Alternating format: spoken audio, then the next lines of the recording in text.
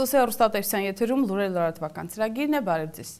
Զանգեզուրի պղնձամոլիբդենային կոմբինատի ֆինանսավորմամբ ասֆալտապատվում են վաչագան և շինարարներ թաղամասերը տանող ճանապարհները։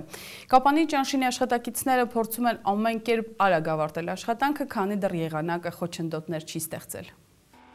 Կապանի շինարարների թաղամաս տանող ճանապարհը պարզապես անճանաչելի է դարձել։ Նախկին խորթուբորցություններից ու փոսերից հետք անգամ չի մնացել։ Ասֆալտափռիչ մեքենան 10 օրից ավելի է ճանապարհի երկայնքով աշխատում է։ Այդքան էլ հեշտ չէ նախկին փոսերը լցնել ու հարթեցնել, մանավանդ որ ջերմուղագործների հետքերն ամենուր են, ասում են աշխատողները։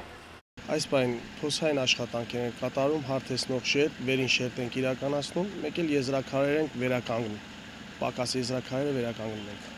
10 օրվա ընթացքում ճանապարհի 2 կիլոմետրը ավարտին է հասցվել։ Ասֆալտի հաստությունը 4 սանտիմետր է։ Վերին շերտի հարթեցման ժամանակ 3 տեսակի գլդոն է աշխատում։ Հատկապես այս մեքենաներից է կախված ասֆալտի որակն ու ճանապարհի դիմացկունությունը։ 1-2 մետր հատվածով գլդոնավարը մի քանի անգամ գնում գալիս է։ Այսպես որ աշխատենք ճանապարհը կծառայի 30 տարուց ավելի, ասում են ճանապարհաշինարարները, փորձում են գործը արագ ավարտին հասցնել։ Այս բանը կարելի ասել խնդիր չունենք, լրիվ նորմալ է, բնական անունով գնում է, միայն եղանակը չխոչընդոտի, լրիվ նորմալ է։ Միայն թե կապանցի վարորդները եւս համբերատար լինեն, տաք ասֆալտի վրայով չերթևեկեն։ Շինարարները ստիպված են լինում անիվների հետքերը շտկել։ Հաջորդը վաչագան տանող ճանապարհն է, հովանավորը Զանգեզուրի պղնձամոլիբդենային կոմբինատն է։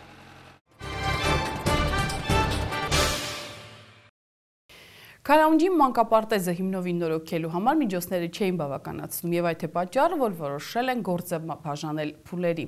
Ու սկսել են մասնակի նորոգում, ինչը նաեւ հնարավորություն է տվել լուծել բազմաթիվ հարցեր։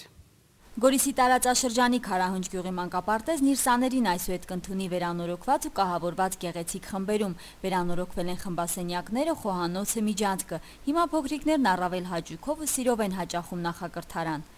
Վերանորոգված գեղեցիկ լուսավոր սենյակներ անպայման ազդում են երեխաների տրամադրության վրա, նրանց մոտ գեղագիտական ճաշակ ավելի է բարձրանում։ Թեև շենքը վերանորոգվել է մասնակի, համայնքի ղեկավարն ասում է, որ բազմաթիվ խնդիրներ են լուծվել Քարահունջում հենց այս եղանակով։ Ոչ թե միանգամից են հսկայական միջոցներ փնտրում, այլ քիչ-քիչ եւ հերթով են լուծում համայնքի խնդիրները։ Կազմեց նախագիծ նախահաշիվ, որի արժեքը կազմեց 70 միլիոն։ Դիմեցինք տարբեր կազմակերպությունների, այդ մեծ բյուջեով, այդ մեծ նախագծով ծրագիրն անհնար էր իրականացնել։ Հենց դա էր պատճառը, որ համայնքի ակտիվ խումբը որոշեց փուլերի բաժանել այդ ծրագիրը եւ փուլ առ փուլ վերանորոգել մանկապարտեզը։ Մանկապարտեզի վերանորոգման աշխատանքներն իրականացվել են Counterpart International միջազգային կազմակերպության օժանդակությամբ։ Նմանատիպ ծրագրեր են իրականացվում մարզի 10 համայնքներում։ Պահանջվող գումարի հիմնական մասը տրամադրում է կազմակերպությունը, 20%-ը համայնքը։ Ծրագրավորում են, բյուջետավորում են, միասին ներկայացում են եւ մենք կարողանում ենք ինչ-որ փոքր ճնճին ներդրում ունենանք, շատ կարեւոր է։ Կարեւոր չի, որ ինչ է արվում այդ համախմբման ավարտին, կարեւոր է, որ process-ը։ Մանկապարտեզի խմբասենյակների վերանորոգման հիմնախնդիրը ներկայացվել է համայնքի ակտիվ խմբերի առաջարկով։ Նույն կերպ Քարահունջում հիմնադրվել է նաեւ երիտասարդական կենտրոն։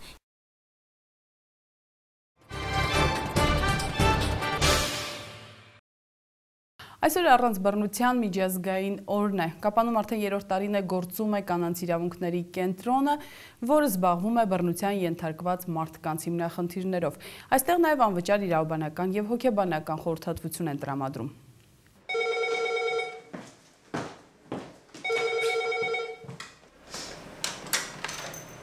Թեժգից։ Ալո։ Այո, բարև ձեզ։ Ես ձեզ լսում եմ։ Ինչով կարող եմ օգնել ձեզ։ Օրվա ընթացքում այս գրասենյակի վերածված բնակարանում տասնյակից ավելի հեռախոսազանգ է լսվում։ Տարբեր հարցերով են զանգահարում, շենքերի պատերին տեսնում են հեռախոսահամարն ու իրենց հոգսերի լուծումը փնտրում այստեղ։ Արդեն 3-րդ տարին է Մարզ կենտրոնում գործում է կանանց իրավունքների կենտրոնը։ Տարածված կարծիք կա, որ սոցիալապես անապահով խավի կանայք ավելի շատ են բռնության ենթարկվում։ Սակայն Գահանե Բաբայանն անցած տարիների աշխատանքային փորձով վստահեցնում է, որ բռնություն ծնող երկու կարևոր պատճառներ է ուժն ու վերահսկողությունը, սոցիալական դրսևորումներն մեծ մասամբ չունեն։ Բարձրագույն կրթություն ունեցող նույնիսկ տարբեր մակարդակի պաշտոններ զբաղեցնող մարդիկ բռնանում են իրենց ընտանիքներում։ Շատ են հիվանդագին խանդի դրսևորումներից տուժածները։ Ալկոհոլամոլ կամ թմրամոլ ամուսիններից են դժգոհում։ Ի դեպ թեժ գծին դիմում են նաև տղամարդիկ։ Ոչ բոլոր զանգերն են, որ կենտրոնի գործառույթներում են տեղավորվում, սակայն որպես կանոն դրանք անպատասխան չեն մնում։ Իհարկե մենք բոլոր զանգերը անխտիր, լինի դա ընտանեկան բռնության վերաբերվող զանգեր, լինի սոցիալական բնույթի, յուրաքանչյուր բոլոր խնդիրներին մենք լուծում տալիս ենք, ոչ միայն լուծում, այլ նաև սրտացավ վերաբերմունք։ Այսինքն, եթե զանգը եղել է, մենք մեր շրջանակներ, մեր պրոֆիլից դուրս է, գոնե ամենաչնչին բանը, որ մենք անում ենք, դա ուղղորդումն է։ Ուղղորդում ենք եւ թե պետական օղակներ, թե հասարակական կազմակերպություններ, թե այն օղակը, որտեղ իրենց անհրաժեշտ է։ Հոգեբանական ծառայությունից օգտվում են թե գործազրուկները, թե աշխատող կանայք։ Կենցաղային լարված անցուդարձը երբեմն անելանելի վիճակի մեջ են գցում մարդուն, ու երբ դանակը հասնում է ոսկորին, գալիս են ու այս սենյակում պատմում են հոգում եղածը։ Հոգեբան Սիրուն Հակոբյանը համոզված է, որ լինում են պահեր, երբ մեզանից յուրաքանչյուրը մասնագետի խորհրդի, այլ ոչ թե սուրճի գավաթի շուրջ միմյանց ոգևորիչ խոսքեր ասելու կարիք է ունենում։ Մարդիկ երբեմն շատ են աշխատում ու մոռանում են իրենց հոգեկան առողջության մասին ու այս պարագայում արդեն հոգեբանի մոտ գտնվելով մարդը զգում է, որ թեկուզ կես ժամով օրվա մեջ իրեն տրամադրում է իր հոգեկան անդորին, իր հուզական հավասարակշռության վիճակին։ Ինչն է ստիպում հոգեբանորեն ճնշված կնոջը բախելու այս բնակարանի դուռը։ Կենտրոնի աշխատակցությունները ունեն իրենց պարզաբանումները ու հավաստիացնում են, որ դրանք զուտ խոսքեր չեն։ Յուրաքանչյուր պատմության ետևում կոնկրետ մարդիկ կան, ճակատագրեր։ Տասնյակ կանայք նախընտրում են իրենց գաղտնիքը պատմել այստեղ, բայց ոչ ազգականներին կամ ընկերուհիներին։ Բա գիտեք, երբ որ գալիս ենք այստեղ, ինչ որ դες ասում ենք, այս սենյակից դուրս չի գալիս, կարծես թե այս 4 պատերի մեջ համատնում։ Մենք դες վստահում ենք, բայց լինում են դեպքեր, երբ որ մենք խոսալու կարիք ենք զգում ենք, որ այնքան շատ է մեր մեջ կուտակվել, ուզում ենք խոսալ, կիսվել ու պահի ազդեցության տակ ամբողջությամբ անկեղծանում ենք մենք ընկերների մոտ ու հաջորդ վայրկյանից հաջորդ օրվանից էլ անգամ մենք փոշմանում ենք, որ այսպիսի մեր հուզական վիճակի, մեր արած արարքների մասին մենք կիսվել ենք, կարծես փոշմանում են ու վերջ-վերջո դիմում են մեզ ու ակնկալում ու ստանում որոշակի օգնություն։ Առանց բռնության օրը հոկտեմբերի 3-ին կենտրոնում բռնության մասին պատմող հեռախոսազանգ էին ստացել։ Նաև այցելու ունեին, ում փորձել էին օգնել, առայժմ բարի խոսքով։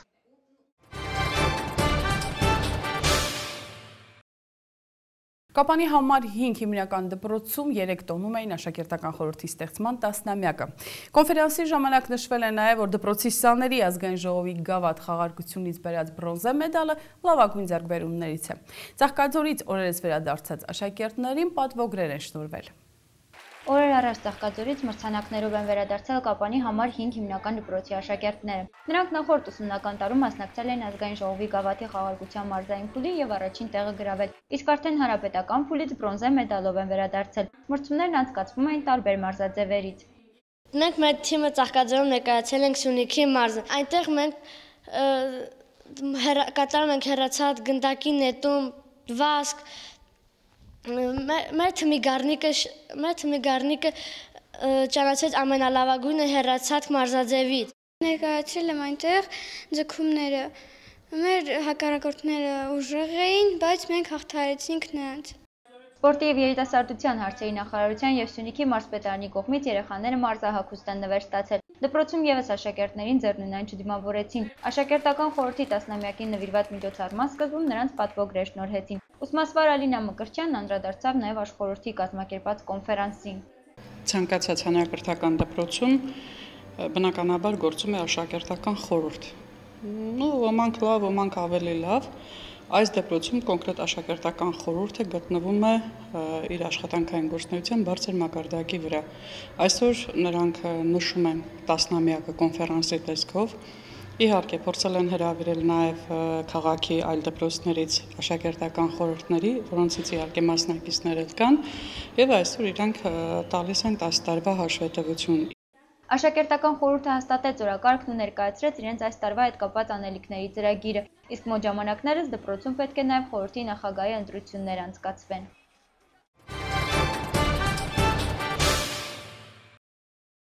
Սիրիայի տնտեսական մայրաքաղաք Հալեպում որոտացել են մի քանի հզոր պայթյուններ կան զոհեր։ Վրաստանի ընդդիմության ղեկավարը մտադիր է լավացնել հարաբերությունները Ռուսաստանի հետ։ Թողարկման միջազգային լուրերը։ 3 հզոր պայթյուն է որոտացել Սիրիայի տնտեսական մայրաքաղաք Հալեպում։ Ավերածությունները հսկայական են։ Տեղի իշխանությունների տվյալներով ավելի քան 30 մարդ զոհվել է, մոտ 70-ը վիրավորվել։ Հալեպը, որտեղ արդեն մի քանի ամիս է շարունակվում է հակամարտությունը ապստամբների եւ կառավարական զորքերի միջև, բաժանվել է երկու մասի։ Պայթյուն է տեղի ունեցել քաղաքի այն հատվածում, որը հսկում է Սիրիայի բանակը։ Հաղորդվում է, որ օդ են թռչել երկու ականված մեքենաներ, թե որն է եղել երրորդ պայթյունի պատճառը, առայժմ հայտնի չէ։ Պայթյուններից հետո միջադեպի վայրից ոչ հեռու կատաղի փոխհրաձգություն է տեղի ունեցել սիրիացի զինծառայողների եւ ապստամբների միջև։ Վրաստանում ընդդիմությունը տոնում է վրացական երազանք դաշինքի փաստացի հաղթանակը, երազանքին ձայն է տվել ընտրողների ավելի քան 55%-ը։ Վրաստանի նախագահ Միխայիլ Սահակաշվիլին արդեն ընդունել է իր կուսակցության պարտությունը։ Վրացական երազանքի առաջնորդ Բիձինա Իվանիշվիլին ծրագրում է ապագա խորհրդարանի եւ կառավարության աշխատանքը։ Մասնավորապես նա խոսում է Ռուսաստանի հետ հարաբերությունները վերականգնելու պատրաստակամության եւ ցանկության մասին։ Մեր մեծ ցանկությունն է բարելավել հարաբերությունները մեր խոշոր հարևանի հետ։ Ես գիտակցում եմ, որ կան տարաձայնություններ եւ որ դա հեշտ չի լինի, ավելի ճիշտ բարդ կլինի։ Նախընտրական քարոզարշավի ընթացքում Միխայիլ Սահակաշվիլին մեղադրում էր հակառակորդին, նա Մոսկվայի դրածոն է։ Իվանիշվիլին դա հերքում է։ Նա հայտարարում է ինչպես Ռուսաստանի հետ հաշտվելու, այնպես էլ դեպի եվրոպական ու հյուսիսատլանտյան կառուցվածքներ ինտեգրման ուղղությունը շարունակելու մտադրության մասին։